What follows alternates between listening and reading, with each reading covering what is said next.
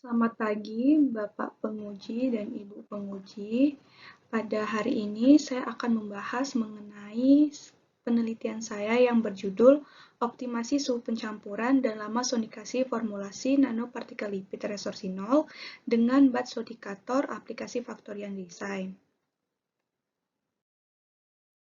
Baik, untuk pendahuluan yang pertama adalah nanopartikel, di mana nanopartikel ini mempunyai rentang ukuran antara 1 sampai 100 nanometer. Nah, nanopartikel ini mengandung material zat aktif yang terlarut, terjerat, atau terenkapsulasi.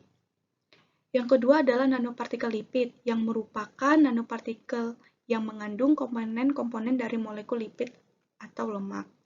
Kemudian yang ketiga adalah resorcinol, yang merupakan zat aktif. Nah, absorpsi dari resorcinol pada kulit ini sangatlah rendah, yaitu kurang dari 1%. Oleh karena itu, diperlukan solusi dalam mengatasi masalah absorpsi tersebut. Kemudian ada sonikasi. Sonikasi ini merupakan metode yang sederhana yang digunakan untuk memperkecil ukuran partikel. Nah, pada penelitian ini, jenis sonikator yang digunakan adalah BAT sonikator.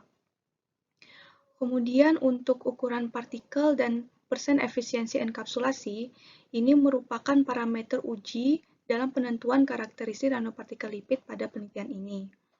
Kemudian untuk factorial design, ini kita gunakan untuk mengetahui respon dari dua faktor yang berbeda dari suhu pencampuran dan lama sonikasi, sehingga nanti diperoleh perbandingan komposisi optimum dari kedua faktor tersebut.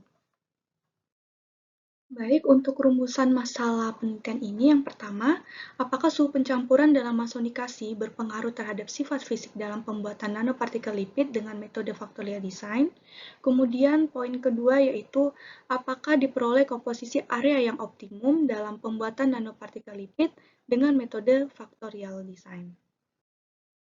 Baik, untuk metode penelitian yang pertama ada jenis dan rancangan penelitian. Nah, jenis penelitian yang dilakukan yaitu penelitian eksperimental murni dengan menggunakan factorial design untuk memperoleh hasil yang optimum dari faktor yaitu suhu pencampuran dan lama sonikasi dan juga dua level pada pembuatan nanopartikel lipid resorcinol yaitu level rendah dan level tinggi. Baik, untuk alat dan bahan penelitian yang digunakan pada penelitian ini yaitu untuk alat yang pertama ada Morty dan Stamper, BAT sonikator, ultraturach homogenizer, pH meter, ultrapuric water, gelas ukur 100 ml, blender, beaker gelas 250 ml, kemudian pipet tetes, batang pengaduk, neraca analitik, sendok, mikropipet, termometer, hot plate steril, magnetis steril, kemudian particle size analyzer PSA, dan juga HPLC. Untuk bahan penelitiannya yang pertama ada resorcinol, kemudian yang kedua ada soy lecithin serbuk, kemudian ada etanol 70%, metanol, aseton nitril, dan aquabides. Baik, untuk tata cara penelitian ini, yang pertama adalah penentuan faktor dan level. Kemudian yang kedua adanya perancangan desain optimasi suhu pencampuran dan lama sonikasi dengan menggunakan aplikasi Minitab 17. Kemudian yang ketiga pembuatan nanopartikel lipid. Yang keempat pengujian ukuran partikel. Yang kelima determinasi obat bebas dan pengujian persen efisiensi enkapsulasi. Kemudian yang terakhir adalah pengolahan analisis data dengan aplikasi Minitab 17. Baik, yang pertama adalah penentuan faktor dan level. Nah, faktor yang digunakan pada penelitian ini ada dua, yaitu suhu pencampuran dan lama sonikasi. Kemudian untuk levelnya, level rendah pada suhu pencampuran yaitu 55 derajat Celcius. Kemudian level tinggi pada suhu pencampuran yaitu 65 derajat Celcius. Kemudian untuk lama sonikasi, level rendahnya adalah 30 menit. Dan level tinggi pada sonikasi yaitu 40 menit. Baik, yang kedua yaitu rancangan optimasi suhu pencampuran dan lama sonikasi factorial design dengan menggunakan aplikasi Minitab 17. Nah, di sini menggunakan replikasi 3 kali sehingga runs yang ada pada Minitab berjumlah 12 runs. Berikut merupakan formula modifikasi nanopartikel lipid resorcinol. Formula yang pertama yaitu suhu pencampuran 65 derajat Celcius, Kemudian untuk lama sonikasinya yaitu 30 menit. Kemudian resorsinolnya 0,1 gram, aquabidesnya 100 ml, kemudian konsentrasi soy lecithinnya 6,8 gram.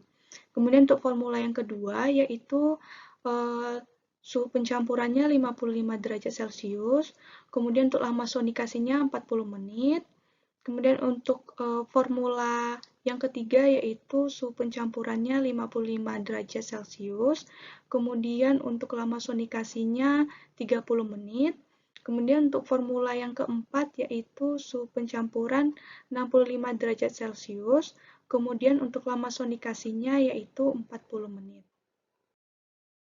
Baik, untuk tahap yang ketiga adalah pembuatan nanopartikel lipid.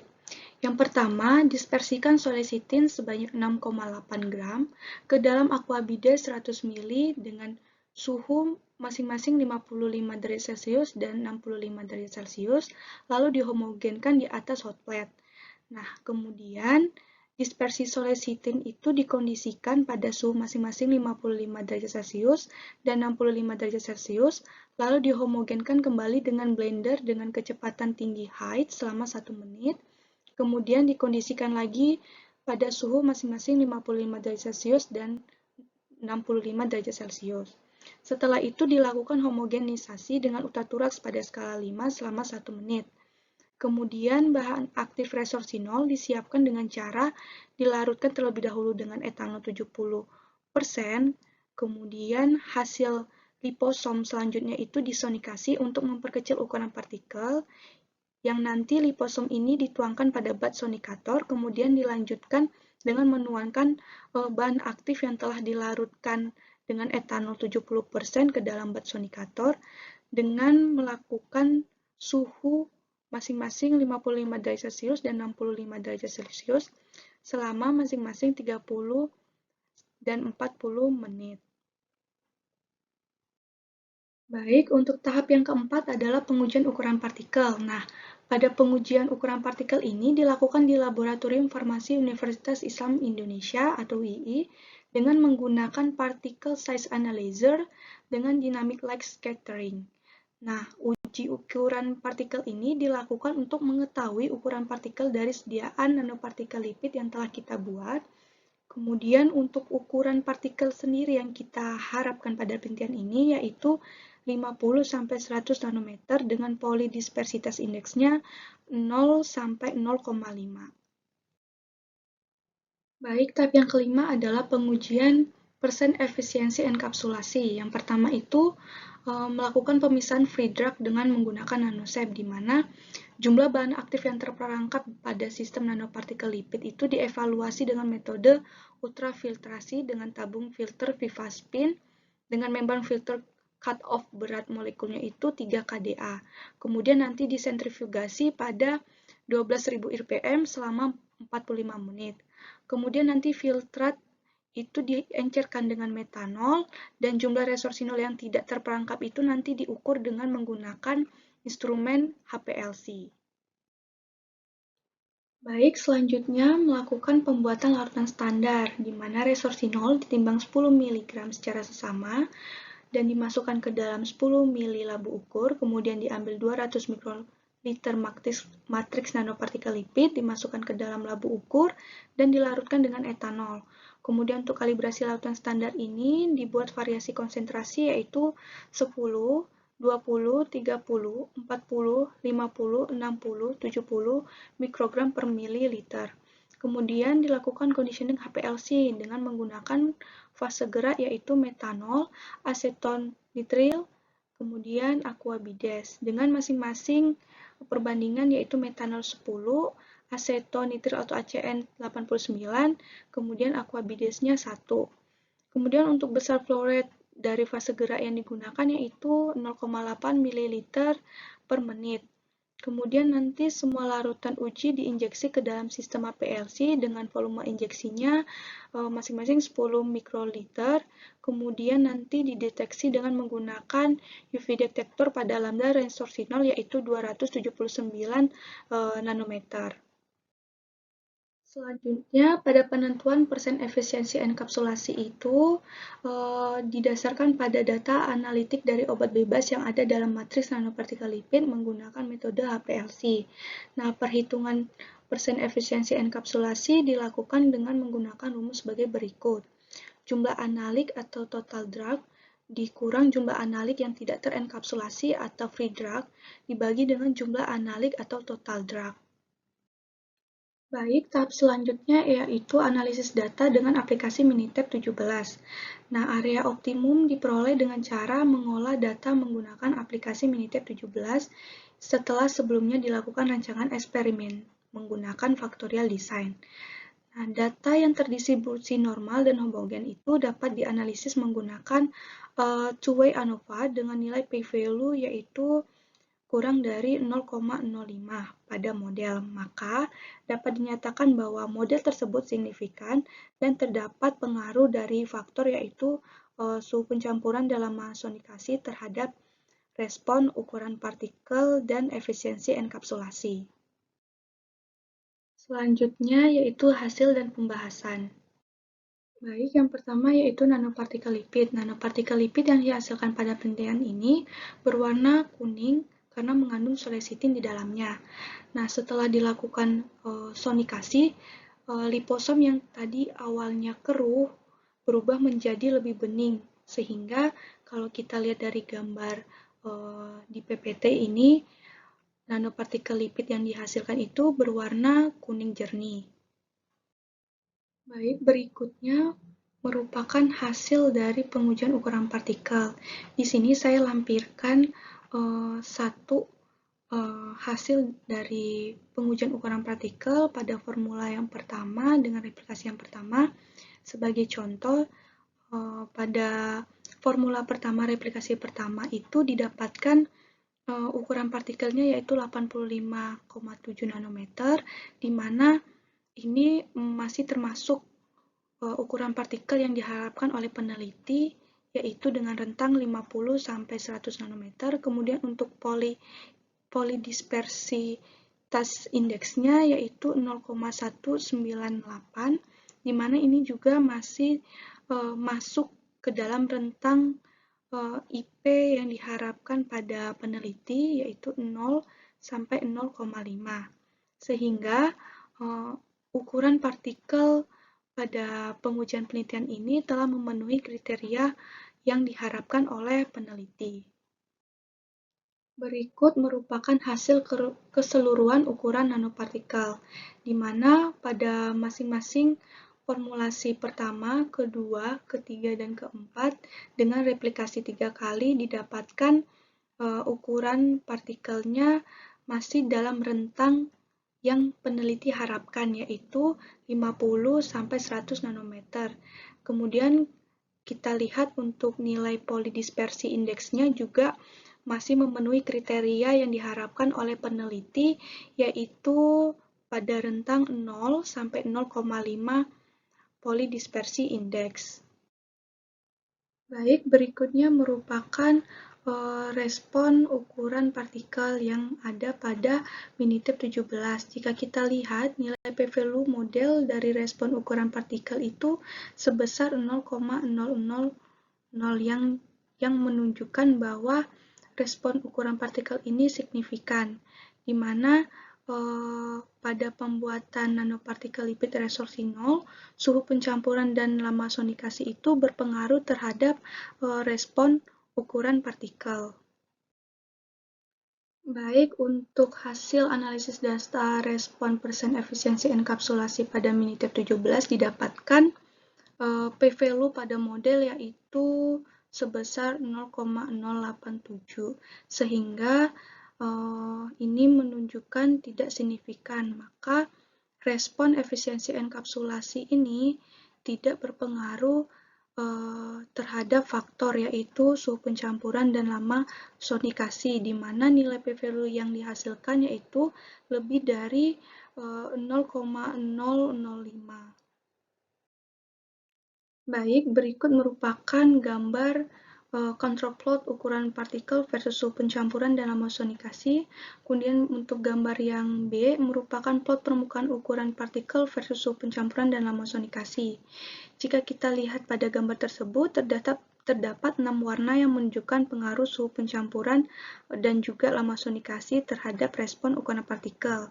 Nah, berdasarkan hasil penelitian ini, pada warna merah menunjukkan ukuran partikel pada rentang kurang dari 75 nanometer, sedangkan untuk warna merah muda menunjukkan ukuran partikel pada rentang 75 sampai 78 nanometer. Kemudian untuk warna kuning muda menunjukkan ukuran partikel pada rentang 78 sampai 81 nanometer. Kemudian untuk warna kuning tua menunjukkan ukuran partikel pada rentang 81 sampai 84 nanometer. Kemudian untuk warna biru menunjukkan ukuran partikel pada rentang 84 sampai 87 nanometer. Dan untuk warna ungu menunjukkan ukuran partikel pada rentang 87 nanometer. Nah, seperti yang kita ketahui, target pada ukuran partikel ini pada penelitian ini yaitu 50 sampai 100 nanometer. Maka daerah yang menunjukkan nilai ukuran partikel yang diterima pada penelitian ini yaitu semua daerah yang berwarna merah tua, merah, kuning, kuning tua, dan juga biru dan ungu. Baik, untuk pada penentuan titik optimumnya itu dilakukan dengan cara manual, dengan melihat respon secara langsung pada rentang yang diharapkan oleh peneliti. Nah, setelah dilakukannya cara manual tersebut, didapatkan titik optimum ditemukan pada formula yang pertama dengan komposisi suhu pencampuran 65 derajat Celcius dan lama ozonikasinya 30 menit, dan didapatkan respon ukuran partikelnya yaitu 85,03 nanometer, di mana ini masih dalam rentang yang peneliti harapkan yaitu 50 sampai 100 nanometer. Kemudian untuk efisiensi enkapsulasinya yaitu 70%, di mana juga ini termasuk pada rentang yang diharapkan oleh peneliti yaitu 70 sampai 100%.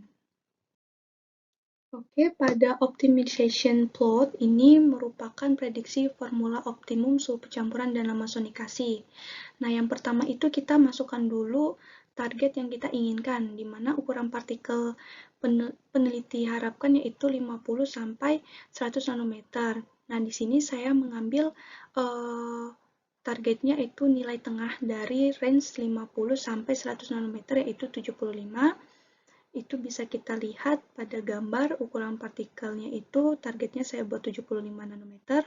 Kemudian untuk persen efisiensi enkapsulasinya itu yang peneliti harapkan yaitu 70 sampai 100%. Nah, di sini saya buat nilai minimumnya yaitu 50%. Bisa kita lihat juga dari gambar optimization plotnya. Sehingga setelah kita memasukkan range yang kita inginkan atau target yang ingin kita capai pada penelitian ini, didapatkan formula optimasinya, yaitu di mana suhu pencampurannya 63,4076 derajat Celcius, kemudian untuk lama ozonikasinya yaitu 40 menit. Selanjutnya yaitu kesimpulan dan saran.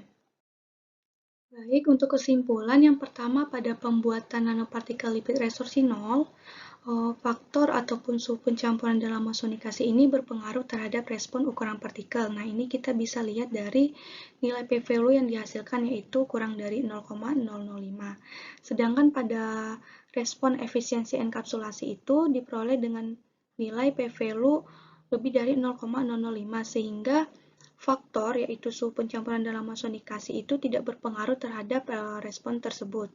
Kemudian kedua, tidak menemukan area optimum pada rancangan optimasi menggunakan factorial design, sehingga tidak memberikan model yang signifikan, maka area optimum pada suhu pencampuran dalam ozonikasi itu tidak dapat diprediksi, tetapi ditemukan titik optimum pada penelitian ini, yaitu formula yang pertama dengan komposisi suhu pencampuran 65 derajat Celcius dan lama ozonikasinya 30 menit.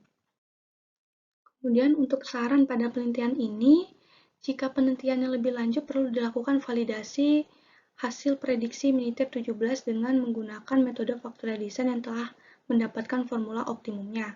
Kemudian yang kedua, pada pengujian efisiensi enkapsulasi atau persen EE, sebaiknya mengontrol waktu penyimpanan dan menambahkan bahan penstabil pada sediaan tersebut. Sekian merupakan hasil presentasi penelitian saya ucapkan terima kasih.